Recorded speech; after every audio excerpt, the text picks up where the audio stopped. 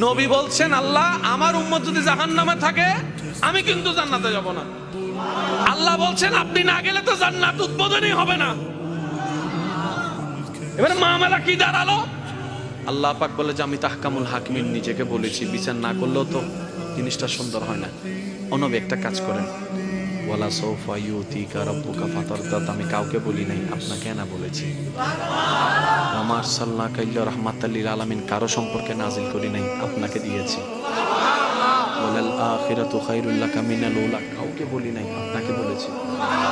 আর আমি আল্লাহ ভালো করে জানি আপনি হচ্ছেন উম্মতের দরদি নবী। আপনি নিজের জন্য কাঁদেন নাই, সন্তানের জন্য কাঁদেন নাই, পরিবারের জন্য কাঁদেন নাই, নাতির জন্য কাঁদেন নাই, যত কেঁদেছেন জীবনে সবকিছু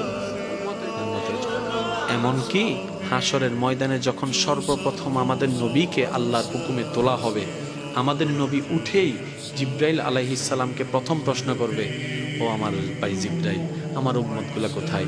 আইনা উম্মতি, আইনা উম্মতি, আমার উম্মত কোথায়, আমার উম্মত কোথায়, আমার উম্মত কোথায়? আমি উঠার আগেই নাকি আমার উম্মতকে জাহান্নামে দিয়ে দিয়েছো নাকি? কোনো আমার উম্মত কোনো জাহান্নামে চলে গেছে নাকি? জিব্রাইল বলবে, ইয়া রাসূলুল্লাহ, প্রথমেই আপনাকে তোলা হয়েছে, এখন আর কাউকে তোলা হয় নাই, প্রথমেই আপনি উঠেছেন। আমার নবী বলবে, আমার উম্মতগুলা কোথায়? জিব্রাইল বলবে, ইয়া রাসূলুল্লাহ, এখনো তারা উঠে নাই, উঠবে একটু পরে। নবী দৌড়ায় চলে যাবে আল্লাহর রহমতের দরবারের দিকে। সিজদায় যে পড়বে একটাই কথা থাকবে, রব্বি হাবলি উম্মতি, রব্বি হাবলি উম্মতি। একটু মনোযোগ চাইবো আমি আশেকদের, রব্বি হাবলি উম্মতি, ও আল্লাহ আমার উম্মতগুলাকে আমাকে দিয়ে দাও। তো উম্মতের লিস্টের ভিতরে তো আবু বকর সিদ্দিকের নামও আছে, উম্মতের লিস্টের ভিতরে তো ফারুকে আজমের নামও আছে, উম্মতের লিস্টের ভিতরে তো সাহাবায়ে কেরাম আজমাইনের নাম আছে, উম্মতের লিস্টের ভিতরে তো আহলে বাইতের নাম আছে, উম্মতের লিস্টের ভিতরে তো তাবি, তবে তাবি আল্লাহর ওলিদের জান্নাতীদের নাম আছে।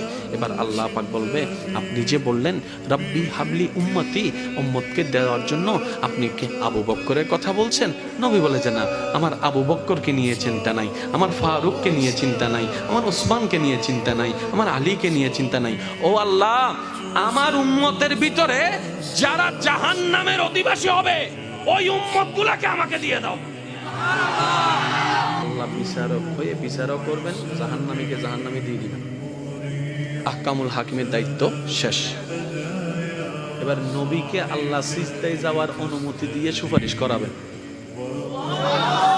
নবীর সুপারিশ কবুল করতে করতে নবীর উম্মতকে, আল্লাহর বান্দাদেরকে জাহান্নামী থেকে জান্নাতি করে দিবেন। জগৎ জিজ্ঞেস করবে, মওলা জাহান্নামী আবার জান্নাতি হয় কেমনে? ফেল কখনো পাস হয় না, পাস কখনো ফেল হয় না, কথা বলেন না। দিন কখনো রাত হয় না, রাত কখনো দিন হয় না, জাহান্নামী কখনো জান্নাতি হয় না।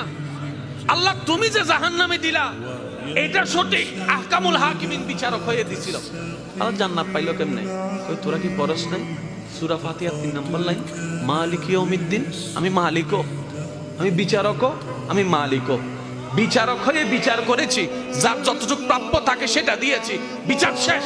এবার মালিক হয়ে, রহমানুর রহিম হয়ে দয়া করে জাহান্নামী থেকে জান্নাতি বানিয়ে দিয়েছি। আল্লাহ আমাদেরকে সে নিয়ামত অর্জন করার তৌফিক দান।